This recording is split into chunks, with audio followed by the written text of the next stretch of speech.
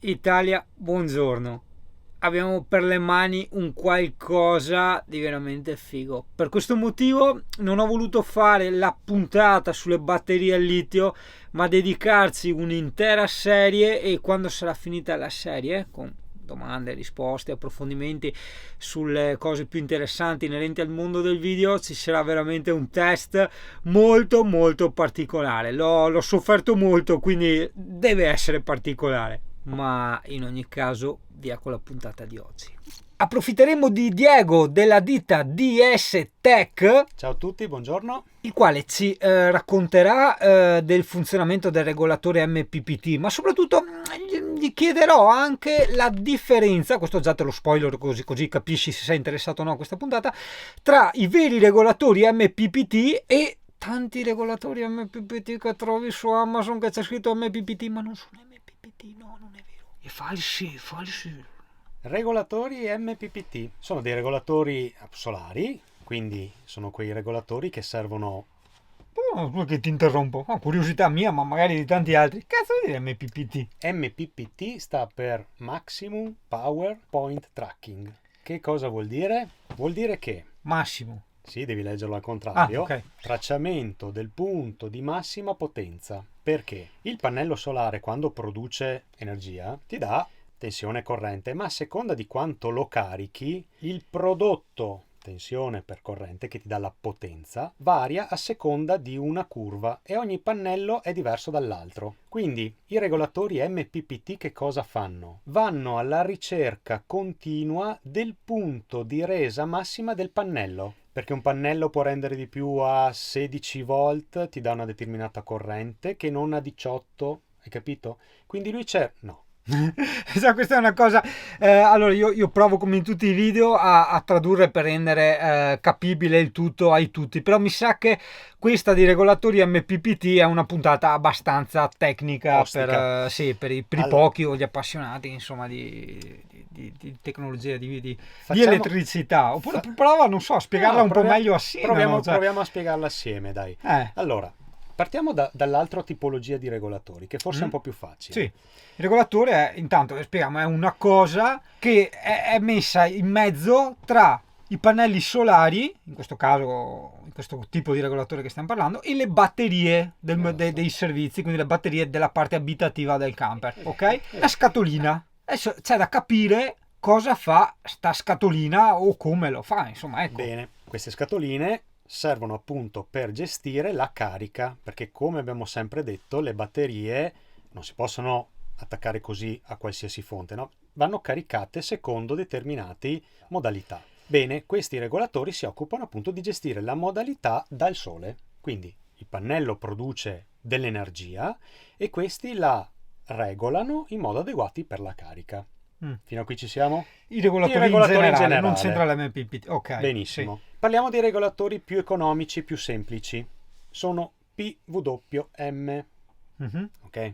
Che sta per Pulse Wide Modulation. Cioè, che cosa fanno di fatto? Loro prendono quello che arriva dal pannello, lo butta alla batteria, brutale, senza cercare ottimizzazioni, e si limita a tagliare la tensione. Cioè, quando arriva a 14, taglia. Dopo, appena scende sotto, riattacca il pannello e poi ritaglia.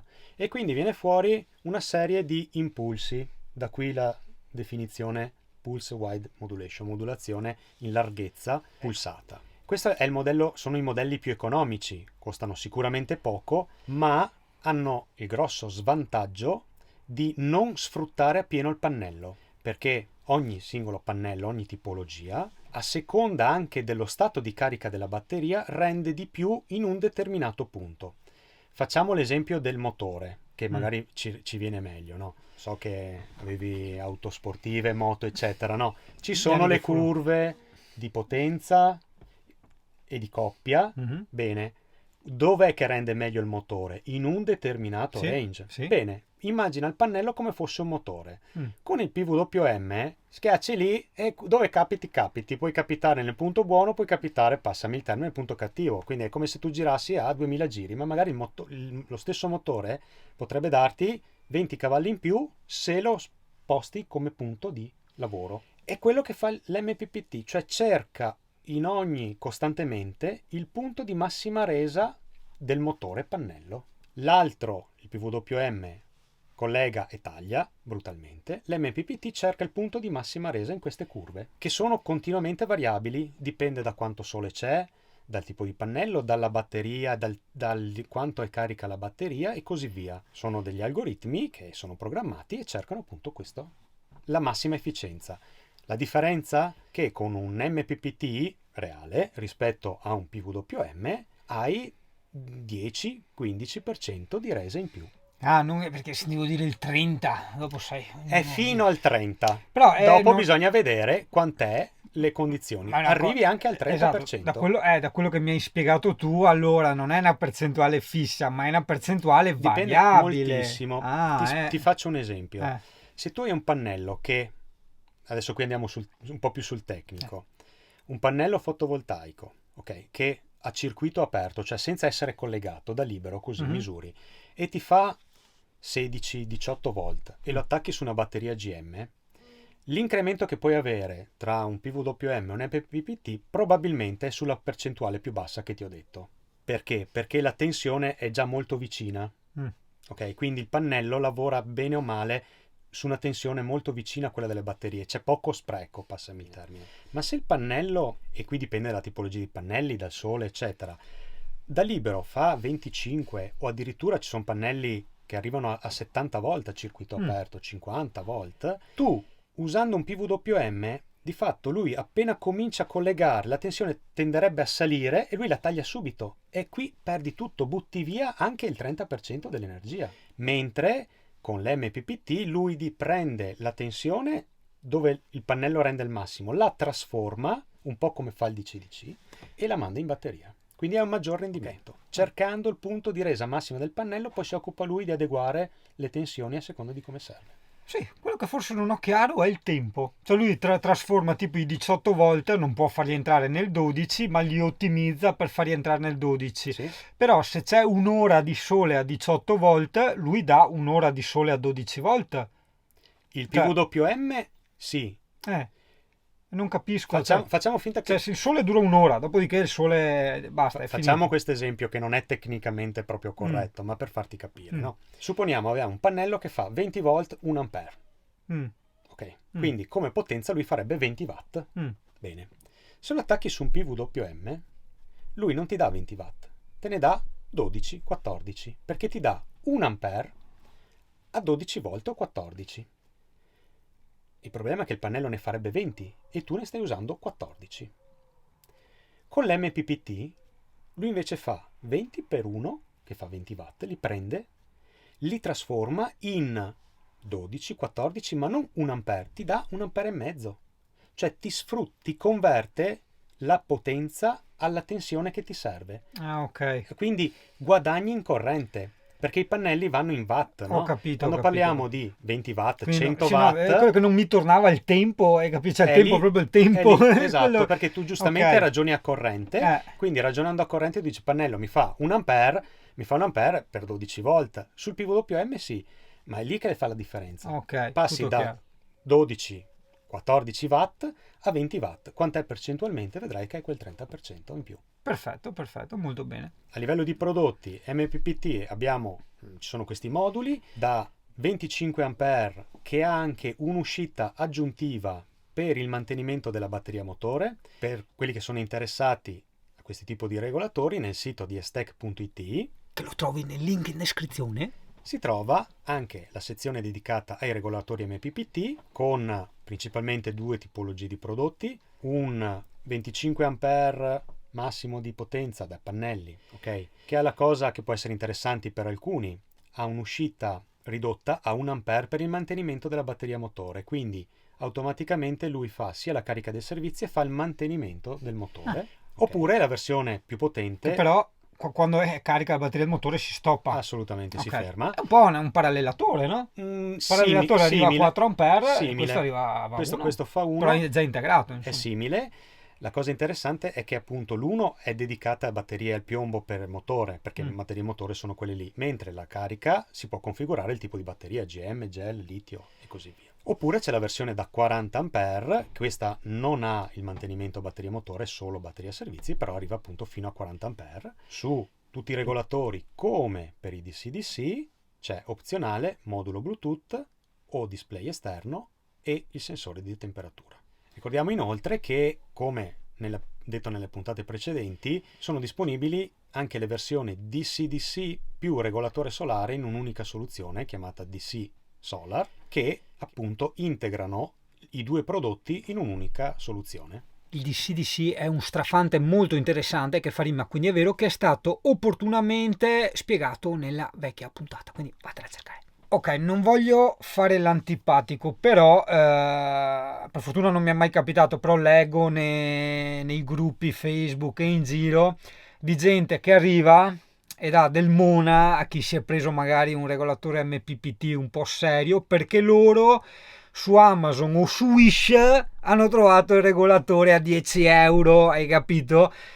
È un po' come quello che con la Panda da del Mona a quello col Porsche, insomma, mica c'ho macchina con 500 euro, ti mona, eh? E quindi sì, no, volevo capire un attimo, anche perché vedo che effettivamente ci sono questi regolatori con scritto MPPT, ho sentito dire però molta gente che dice l'hanno scritto, siamo non so al limite o fuori dal limite dell'illegale, ma non sono MPPT, anche perché giustamente con diesel 20 euro, cioè. Quindi volevo approfittare di Diego, che è l'esperto che ci ha inviato la DS Tech, Sono io, per capire un attimo sta, non leggenda, ma insomma sta roba che viene spesso menzionata di sti famosi regolatori MPPT, che dopo iniziano baruffe fra i camperisti, ma non è MPPT, ma sei mona tu perché io invece carico qua, faccio là, cioè capiamolo un attimo, dai, perché... allora è difficile, chiaramente non si può dire così che tutti sono veri, tutti sono falsi. Sì, no? ma in È soldoni, chiaro. uno che compra un regolatore In su soldoni, Amazon da 10 euro, 20 allora, euro, cioè cosa porta a secondo casa? me 10-20 euro O cosa rischia? Cosa non guadagna? è Cioè, possibile che sia MPPT, o lo ritengo molto improbabile che sia un MPPT. È un PWM, quindi sicuramente funziona, sicuramente carica bene, probabilmente in alcune condizioni con alcuni pannelli, come dicevamo prima, la differenza magari è difficilmente visibile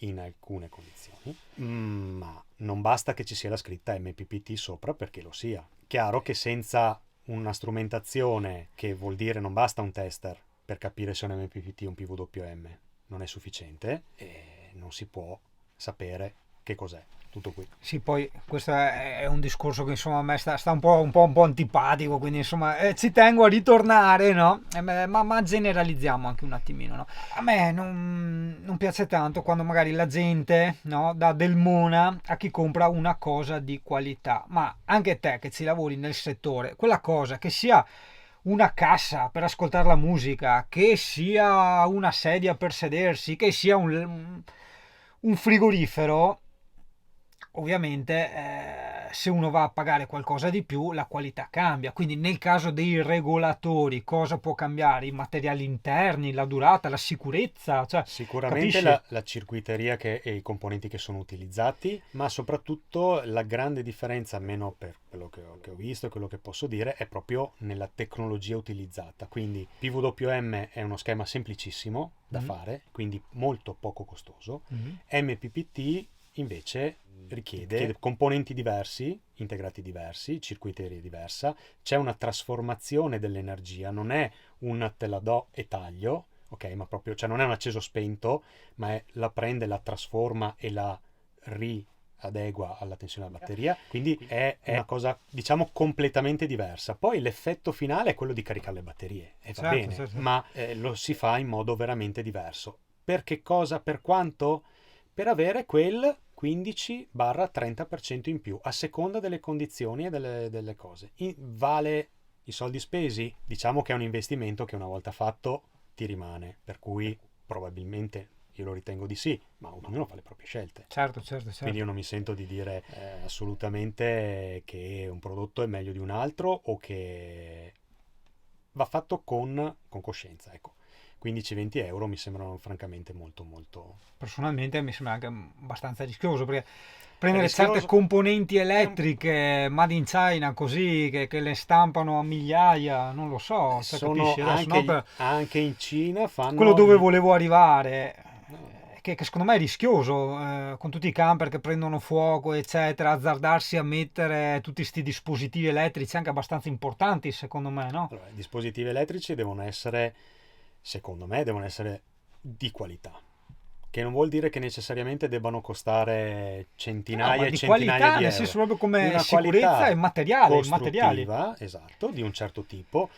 A volte la qualità lo si percepisce anche dalla scatola, passami il termine. Dico questo perché io non so assolutamente nulla di camper, però diciamo ho fatto il tecnico informatico per molti anni. Mi ricordo le piastre madri, le versioni OEM, che erano quelle un po' più economiche che ti arrivavano nella busta di cellophane, ok? Le vedevi che erano diverse dalle versioni retail, che erano quelle belle con la scatola ufficiali eccetera, nonostante sulla carta dovessero essere le stesse, ok?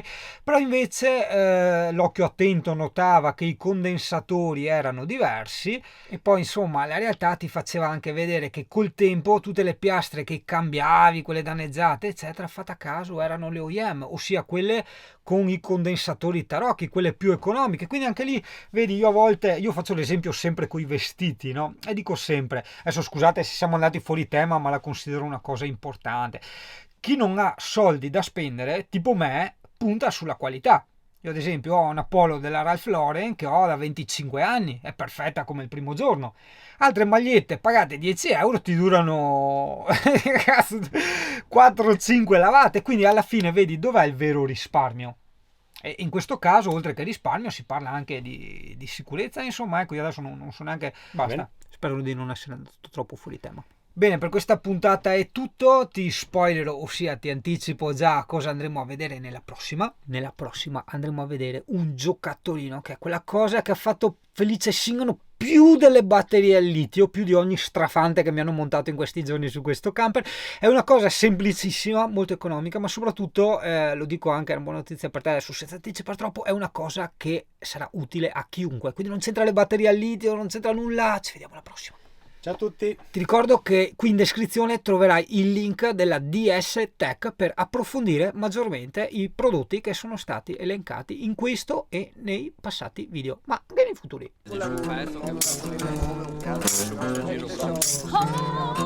Eccolo.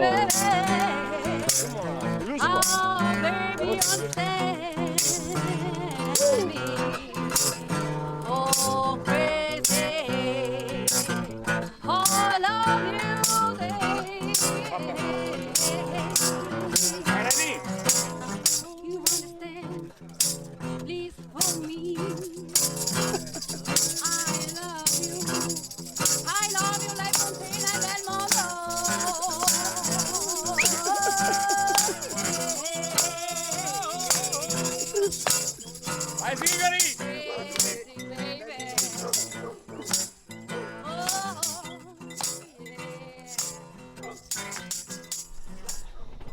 Tanto comunque c'è sempre robe. Posizione tua è quella? Sì. Sta registrando. Hello. Ok. Approfitteremo della presenza di Diego della ditta DC Solar. No. DS Tech. Che cocchio il DC Solar? Ah no!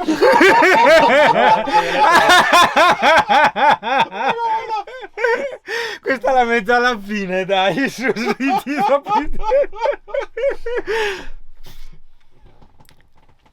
Approfittiamo di DS. Aspetta, fermo. Non si fa capito? Come un fiapi Fermo. più memorizzabile. Fermo. Pino. Pino lavatrice. E tutti si ricorda Pino lavatrice. A volte. Quindi volevo insomma un attimo approfittare di Fabio, che è l'esperto in via... Scusami, allora tacca andare via. Quindi volevo insomma approfittare di Diego, che è l'esperto che ci ha inviato la... ciao, yes, tech. Quindi volevo approfittare di Fabio, che è qui... Questi li metto alla fine. E poi insomma la realtà ti faceva vedere anche... Ti ricordo che nel link in descrizione troverai